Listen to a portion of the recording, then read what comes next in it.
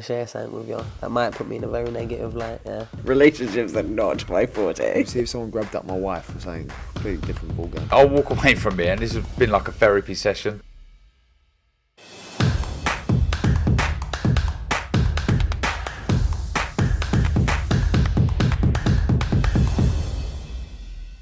Oscar Bevis, IFL TV, proudly sponsored by Balas here in Wickham. Stuart Scott joins me. Stuart, thanks for giving me some of your time and letting me in the gym as always. How are you, mate? Yeah, very well, mate. Thank you very much. Living the dream at the moment as it happens. So it's been a good few weeks. Yeah, let's talk about them few weeks. We'll start with Raven. My first question to her was, how has your time been as a Queensberry fighter so far? But when you've just come off the back of fighting on a pay-per-view card and then sat down and had a Nando's with Amanda Serrano, she said what you said, living the dream. Living the dream. Queensberry have been unbelievable, I have to say. Just everything about them is just the people are brilliant. They're so funny, so down to earth, so engaging. They've totally and completely bought into Raven as well, which I love. They love her. They've done everything that they can possibly do to get her the right fights at the right time. Getting us a WBC title fight in just her fourth contest was frankly phenomenal. They love us. They love the team. We love them. I couldn't be happier with Queensberry. The decision to go with them above anyone else was inspired, I have to say. So thank you, Steffi. You've done a very good job for us there. It was great. A bit of a masterstroke that. Yeah. Well, I said to Raven as well, I said the fact that she is kind of the poster girl, she is the number one in that stable, must be the perfect reason to be with Frank at the moment. Absolutely right, yeah. Instead of being a small fish in a big pond, if we'd have gone to Matchroom, because they've obviously got, large levels of girls, and they've obviously got ones that they favour, to all of a sudden go to being the only girl, it's opened up so many doors, it's untrue. One point of case, like you said, pay-per-view contest. I mean, you're on a pay-per-view bill in your fourth contest, boxing for a WBC international title. That shouldn't happen, and it's only happened because she is the only girl, and because Queensberry have taken to her so much. I don't think it was any secret that Frank didn't like female boxing, but I think he likes Raven. I think every single interview you do, you can see a little twinkle in Uncle Frank's eye. And I'm pretty certain that he's really bought into the concept because she can really fight. Let's be honest. It's not like she's not like some of the girls who, look for points wins. She goes out and tries to destroy people, and I think Frank likes that, and that's half the reason why we're getting what we're getting. Yeah, I was going to say you can see Frank slowly coming round, and if Raven's going to be the reason, then even better for her. Absolutely. And obviously it is about what she does in the ring, and the title is a good thing, but fighting someone who you can use kind of as a bit of a yardstick, who's been in with certain fighters and kind of never once looking out of place or in trouble, kind of just showed the levels that she's at. And I suppose from here on in, people know, and if they hadn't seen before that, people know that with Raven, they've got someone who is going to go to the top. Absolutely right, yeah.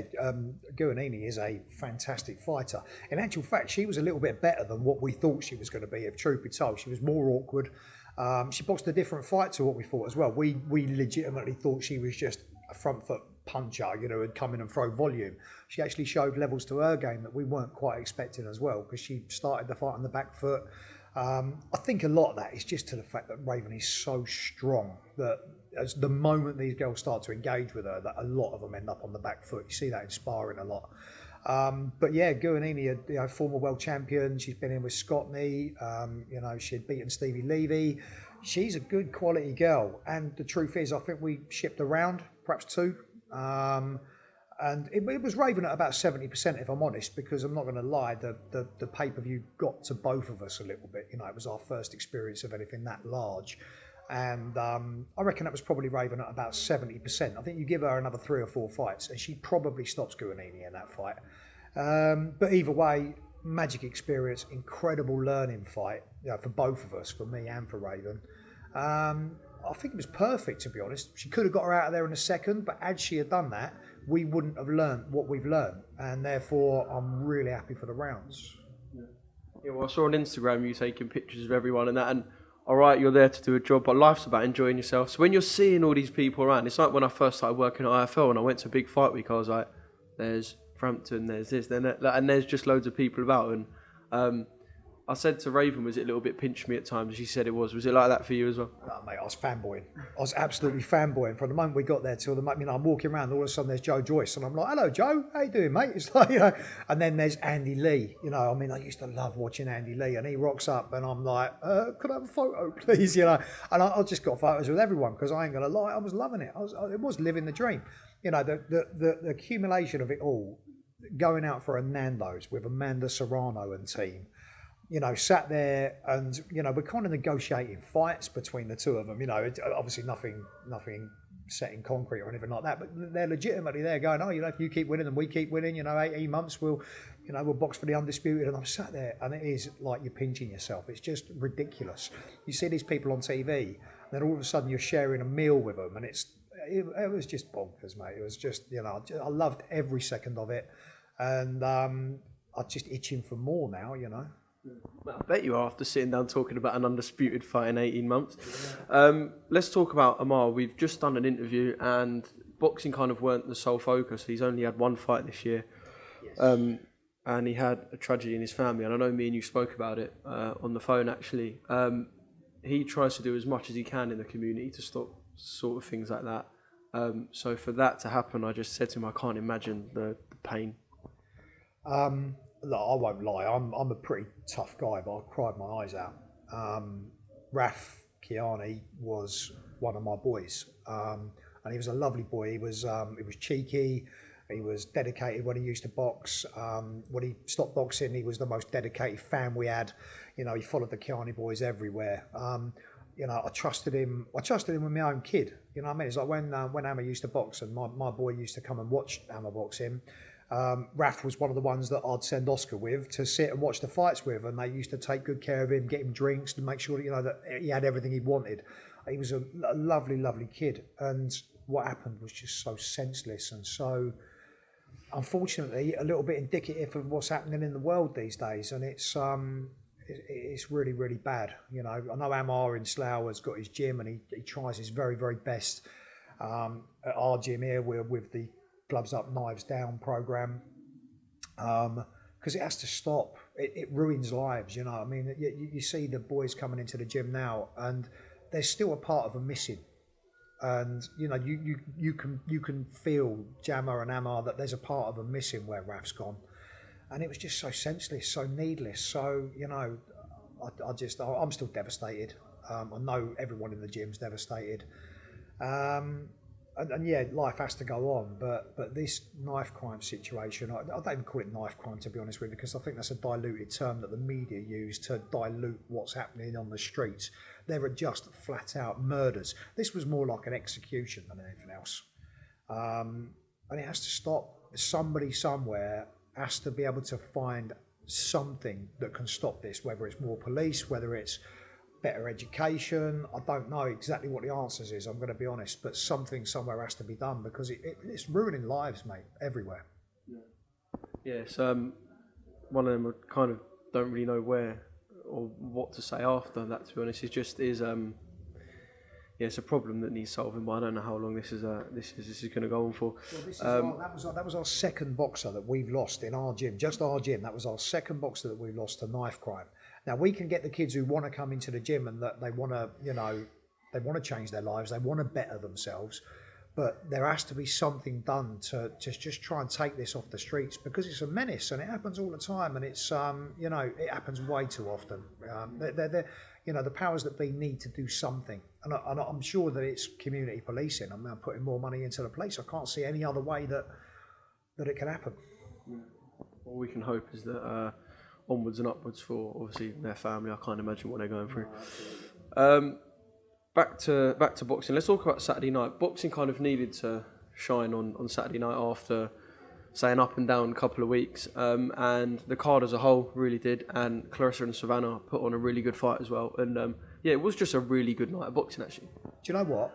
Honestly, and I won't lie, I know I'm involved in female boxing, so I'm probably a little bit more biased than most, but I have to say, the whole of that event, everything that was on it, from start to finish, I thought was so watchable, so enjoyable. There was entertainment. There was great fights. I thought they were great fights. I thought even the slightly more one-sided fights were fantastic, because what you generally tend to get with the girls is that even the journeywomen, if you like, so even the journeywomen, they come to fight. They come to win. You know, often in male boxing, you end up with a scenario where the opposition turn up and they don't really try. You know, they cover up. They know they're boxing again next week, so it becomes a little bit dull and a little bit uninteresting. The girls all rock up to take that person's own. And because of it, I thought it was fantastic. I thought the Caroline Dubois fight was wonderful, because the girl, even though clearly levels below Caroline, proper gave it a go. You know, and you don't see that as much in the men's fights. I know a lot of people want women to box threes as well, but I think the twos is so watchable. It's so, you know, just get in there and they really go. It suits certain fights, doesn't it? Some fights I think this works. Some fights I look and think it doesn't. I know most of the girls. If you ask most of the top level girls, they'll all say no, we want threes.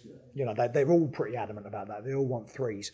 But the modern attention span for people, I know my attention span's bloody awful these days, you know, with the advent of the internet and this, that and the other and all the things like TikTok and that. You know, you've got like a 15-second attention span these days. Because of that, I think 2-minute rounds in their own way are really, really good. Yeah, there are times when you get a girl going and you'd like to see that extra minute just to see how it pans out. But I'm not saying I don't want threes, but I'm still quite a big fan of twos, I have to say. Yeah, well, like I said, I think it's just some fights you're like, I don't mind this, and some it kind of depends on how the fight's playing out. In terms of Clarissa and Savannah, was you kind of shocked that when Savannah did land, perhaps it didn't have the desired effect that she thought and that we all thought it would? And in fact, as the fight went on, it kind of seemed like role reversal. Clarissa was the one who kind of could have finished the fight. Am I shocked? No. I'm not gonna claim to be the greatest fight picker in the world here, but I know how good Shields is. I've always known how good Shields is. I never thought for a second that she was going to lose that fight. I said in the build-up, because we did a lot of interviews, who's going to win, and I said Shields will just box her ears off. I thought Savannah, to be fair, played her part in a fantastic contest. You know, she really tried hard. She put her shots together. She worked hard. She was certainly live, but like you say, in the exchanges, I thought it looked more like Clarissa was doing more damage than what Savannah was, and that no one would have ever expected that before the fight. You know, that was I think a little bit unusual. In fact, that surprised me a little bit, if I'm honest. I didn't expect quite to see that, but Shields is elite. She's full elite. You know, there's not a lot she can't do. Fast feet, fast hands. She showed a good chin. Her boxing IQ's fantastic. And you know, no shame at all for Savannah for losing that contest, because Shields really is top draw. I thought it was great. I thought it was a fantastic advert for fighting. I really did for boxing. I thought it was fantastic. Yeah, let's hope we can get them two in the ring again, because I suppose around that weight division especially, there's not too much competition. I know Peter Fury said it himself. He said the leap between them two and what's below is so big that I suppose a rematch, perhaps in America on Clarissa's terms, and maybe even a trilogy, just to make sure that these two stick together and try and provide the highest level of fight, is kind of perhaps what we need. Yeah, I think I have to agree. I think the levels below that are at best iffy. However, there are a lot of very good girls turning over and coming through as well. So maybe it takes a little bit longer. Maybe it's a couple of years. But so in the meantime, yeah, I think they should get it on again. I think with a couple of little tweaks and a couple of little changes, I was a little bit. I found it a little bit weird, the amount that Savannah was trying to change her feet in front of the opponent. I thought that maybe working some uppercuts in, maybe sitting in front of her for a little bit longer. But then again, you know, that's easy to say when you're watching it and you haven't got Clarissa Shields buzzing 6 shots a second at your head. So, yeah, it's different. Yeah, I still like to see him do it again, though. I really would. Yeah. I said about boxing needing to shine on Saturday night, and of course that was because we had the chaotic couple of days, and obviously the fallout still continuing with the Chris Eubank and Conor Benn situation. What was your initial reaction when you saw that? Because I can imagine, kind of just like the rest of the boxing world, pure shock. I've said to everyone until now, I think that's the most shocked I think I've been by any news in the sport for a good few years. I think shocked is your first, definitely your first reaction towards that. Disappointed was my second, massively, because I think, like everyone else, I was really looking forward to the fight. I'll be honest, I wasn't an advocate of the fight in the first place. I didn't actually think that taking a welterweight and bunging him in with a super middle was probably the best of ideas in the first place. So I didn't agree with the fight. I didn't like the fight. I felt like Chris Eubank Jr. was probably just going to beat him relatively easy anyway. But then when you saw the weight and you saw the rehydration clause, and then all of a sudden on top of that, that news breaks. I mean, it's just, devastating for the sport, really. I don't think anybody covered themselves in glory with that either. You know, love Eddie, love what Eddie's done for the sport. I think it's absolutely fantastic. Love Callie, you know, I think they're two fantastic promoters. But, you know, when a test comes out like that and they're both saying, the fight's still on, we're still going, you know, you realise then it's just all about money and it's not about safety. And for me, it's always about the safety of the fighters first. Yeah, that was kind of going to be my next question. Was you a bit shocked at how quickly everyone was still trying to push the fight despite this news coming out? It's weird in a sense when you've got the different testing bodies. Obviously, we had the whole thing with, and looking from the outside, as much as I can to know about the sport, it don't half get confusing. You've got the board don't recognise VADA, they only recognise UCAD, and he's passed the UCAD test, etc. Does there just need to be a lot more clarity, I suppose, or should the board just recognise VADA? Because you can kind of look at it from the perspective of these tests are meant to cost 25-30 grand per camp, and yet they're kind of rendered almost irrelevant in a sense. Yeah, no, I quite agree. Boxing has to get its act together, doesn't it? There's a lot of things that boxing has to get its act together with, but certainly with drug testing, it's dangerous.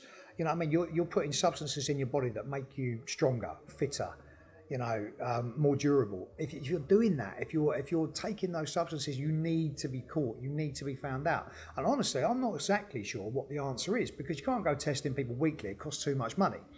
But yeah, recognising VADA for the board, 100%, that needs to be done. I think it's pretty widely accepted in boxing that VADA is the test to go to. I think they're seen as being the people to believe. The WBC certainly think that, don't they? Because that's obviously that you can't get in their rankings unless you're a VADA tested athlete.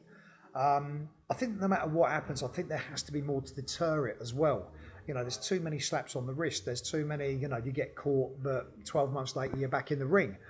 You know, I can't see how that can ever be allowed. I can't see. I certainly think if you're caught more than once, I think you should just be slung.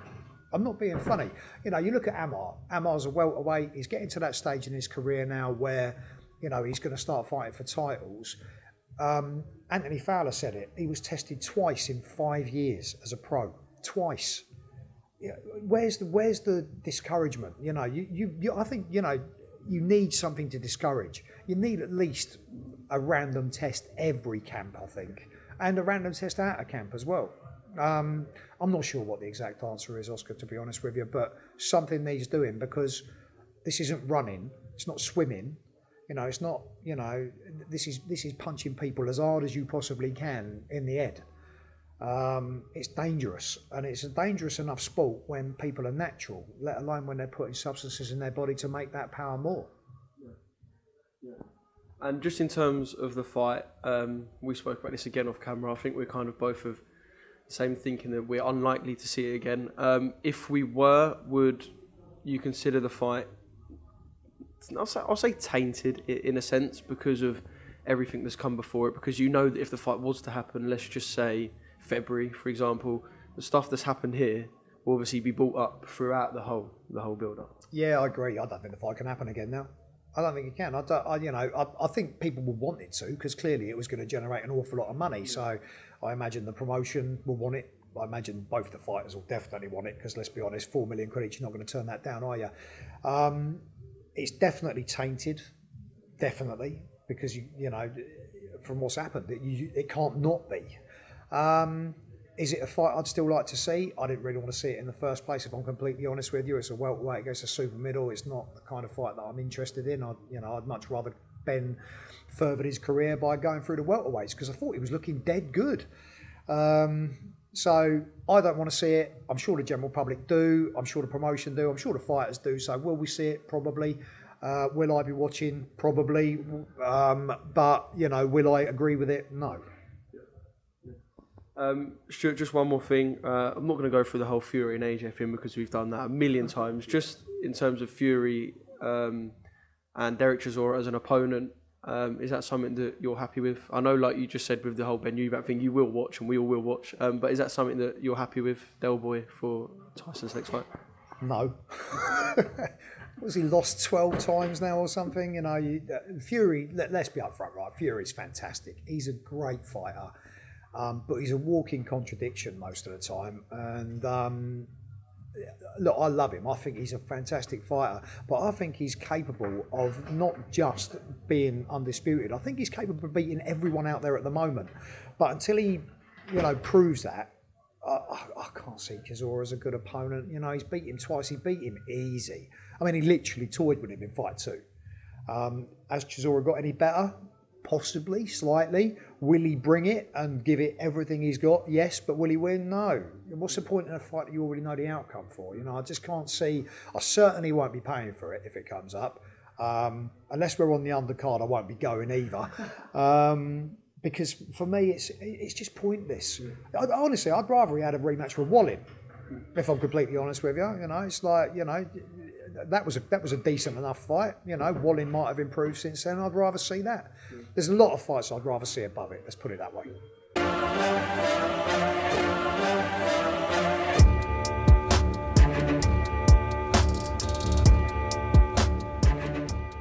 I'm going to share something with you that might put me in a very negative light, yeah. Relationships are not my forte. See if someone grabbed up my wife and saying completely different ballgame. I'll walk away from it, and this has been like a therapy session.